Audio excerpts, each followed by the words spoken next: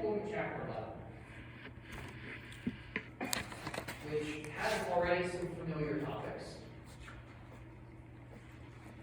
But some new stuff as well. We're taking a look at endocrine system here in chapter 11. Now, first off, I think just basic anatomy of our endocrine system. Remember, if we look at an endocrine gland, it's fundamentally different from an exocrine gland. Endocrine glands are going to secrete their products directly into the bloodstream. So by definition, any gland that is secreting its product right into the bloodstream is endocrine. Exocrine glands are secreting their products on the surface of the body or in the hollow cavities in the body. Any product that is secreted directly into the blood that's going out into global circulation, though, well, that's endocrine. So by their nature, these organs, and they're all over the place in the body. Some of the major ones that we'll look at, we will look at our pituitary gland, we will take a look at the thyroid gland, we'll mention the adrenal gland, we'll mention the reproductive organs, the ovaries and the testes. Those are all major endocrine organs that are secreting signaling molecules or hormones right out directly into our bloodstream. So we'll consider the nature of some of these hormones, the effects that these hormones have on our bodies. We'll see that hormones work similarly to neurotransmitters. So we're going to kind of build on what we've already seen. We'll see that hormones are binding to receptor proteins on the surface of a target cell. Just like a neurotransmitter binds to a receptor protein on a target cell. In that respect, hormones are working very similar to a neurotransmitter.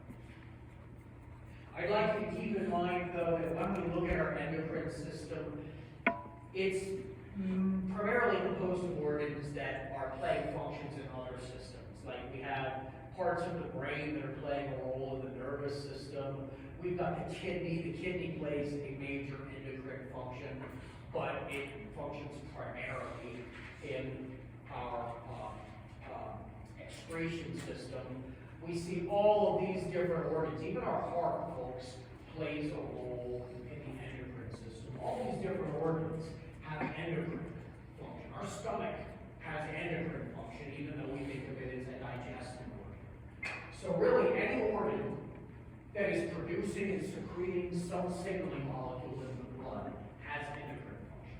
It's really hard anatomically to look at the endocrine system as a well-defined system, since there are so many organs that are playing major functions in other systems of the body.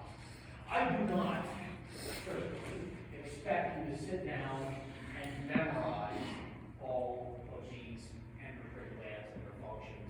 Some of the ones that we will look at a little bit more, we will look at our adrenal gland a little more, and we'll see that it has a cortex and a medulla. So we'll see some differences in the cortex and the medulla. We'll look at the hypothalamus of the brain. We will consider a little bit the pancreas and its endocrine function. Later on, not in this chapter, but in a later chapter, we'll look at the endocrine function of the kidneys. We'll talk about the ovaries and the testes. We'll talk a little bit about the pituitary gland and the thyroid gland as well, and see some of these major endocrine functions that these different organs can play. And we'll see how their hormones work in the body. I'd like you to think about similarities between the endocrine and the nervous system. Way back early on in the semester, I asked you a question, I think it might have been on the very first quiz, about the two body systems that play a role in coordinating activities and communicating over long distances. That's the nervous system, which we've already seen a lot of detail on, as well as the endocrine system. So they're both responsible for communicating over long distances in the body and coordinating different effects. But a huge difference to contrast our endocrine and nervous system. The nervous system, typically, we're looking at very immediate responses. We saw reflexes. It's not going to do you any good if a reflex takes a few hours or a few days to develop. You you put your hand on that hot stove and you start feeling pain and jerk your hand away a few hours later, all you've got left here is ash. That's going to be kind of useless to you. We need an immediate response that is governed by our nervous system. And typically the responses that our nervous system controls, these are very short-lasting responses. I jerk my hand away, oh, I can regain use of my hand seconds later, and I can go back to doing whatever I want to do with my hand. This is not a long-lasting change that is occurring in the body. Think of the nervous system as really controlling more temporary changes, but it's doing so fast. The endocrine system, on the other hand, the responses are slower. These responses may be on the order of hours, like we see with the development of hunger, it kind of slowly builds. Thirst, it kind of slowly builds. It's not an immediate, ooh, holy crap, I'm hungry. It slowly changes in the body. We're looking at a slow response. If we think about our hormonal cycles, if we think about the cycles of females, the ovarian cycle, we'll see we're looking at a cycle that takes roughly 4 weeks to be completed. These are very long-lasting, very slow to develop responses. And again, typically the effects last much longer, controlled by our endocrine system, than what we see controlled by our nervous system. So think of more gradual responses. Think of the endocrine system as being involved in more long-lasting responses, and we see with our nervous system.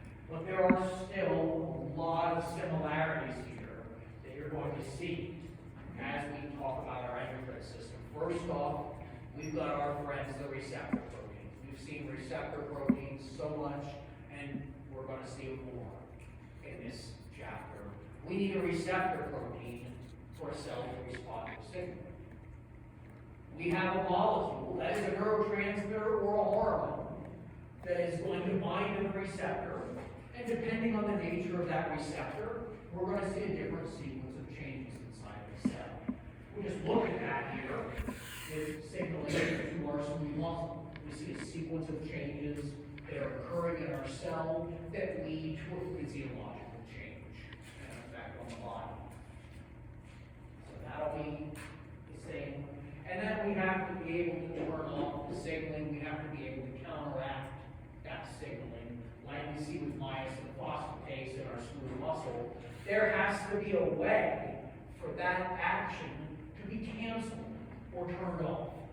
Typically in the endocrine system, this is not immediate. This is more of a slow-acting way of turning off that effect. But the effect has to be able to be canceled. These are not permanent effects on the body. It's all temporary. It's just a bit longer lasting.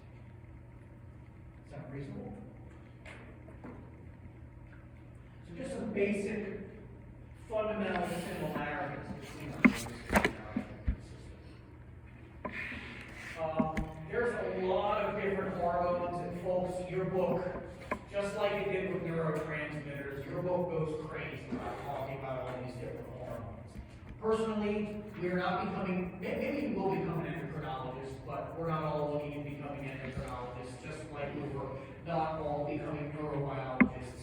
I think it's beyond the scope of this class for us to sit down and memorize an extensive list of hormones or neurotransmitters and memorize what they do.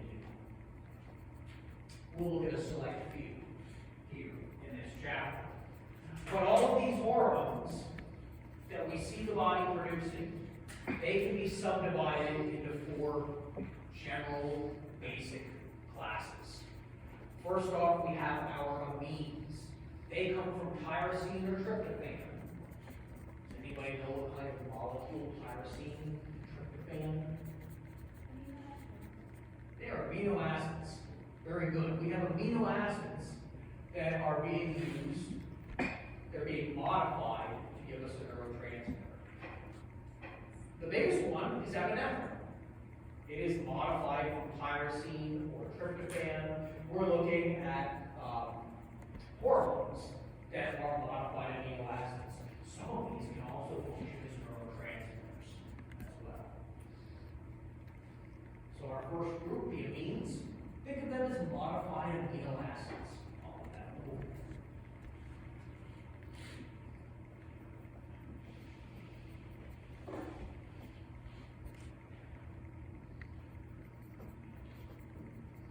Amines are modified amino acids. The second group of hormones, these are chains of amino acids. One of the great examples is insulin. Another one that we're going to see a lot of, especially when we get into the chapter on our urinary system, is antidiuretic hormone. These are relatively short proteins. They're polypeptides. So we have chains of amino acids. Short proteins or polypeptides. Short chains of amino acids that are functioning as hormones.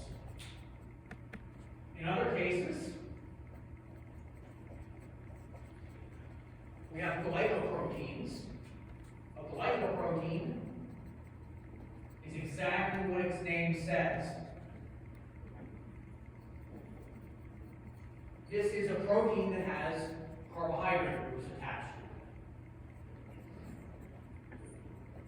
It's a protein with attached sugars.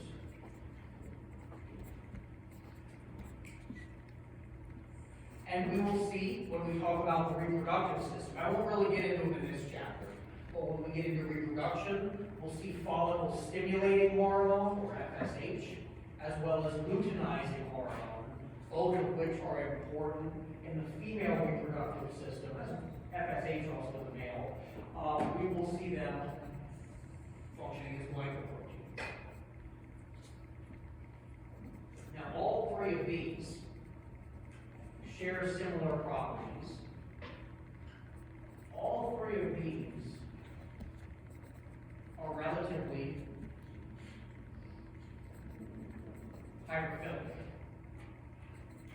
Our fourth group is steroids, or steroid hormones.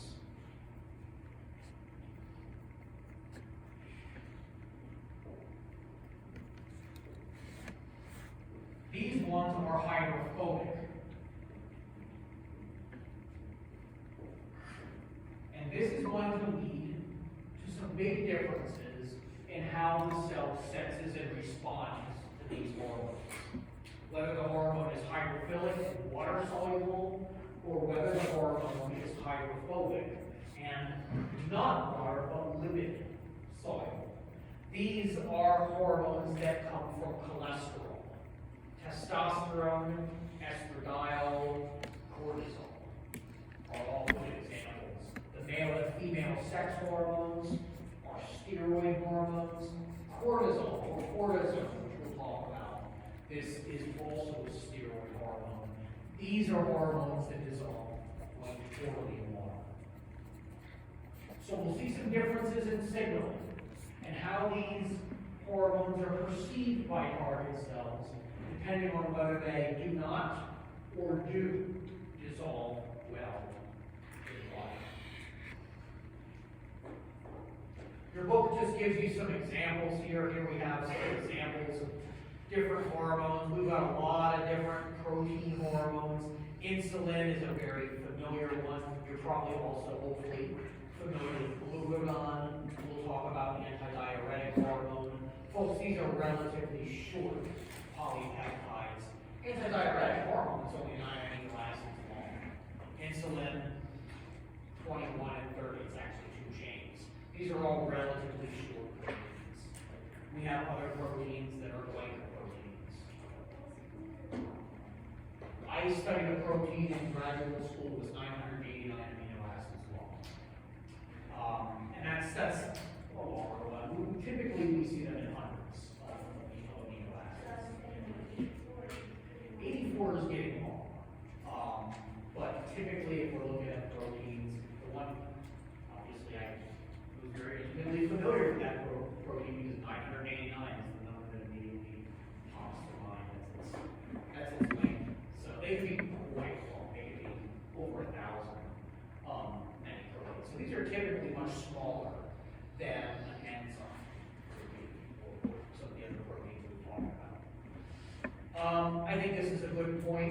less stop. I will continue talking about hormones on Thursday. That means we have last day. I'll continue talking about hormones on Tuesday. Keep in mind, if we have lab every day, we'd be here at 4:15. Today's a long day. Every Tuesday, I want you to think about this. We're walking out of here at 4:15.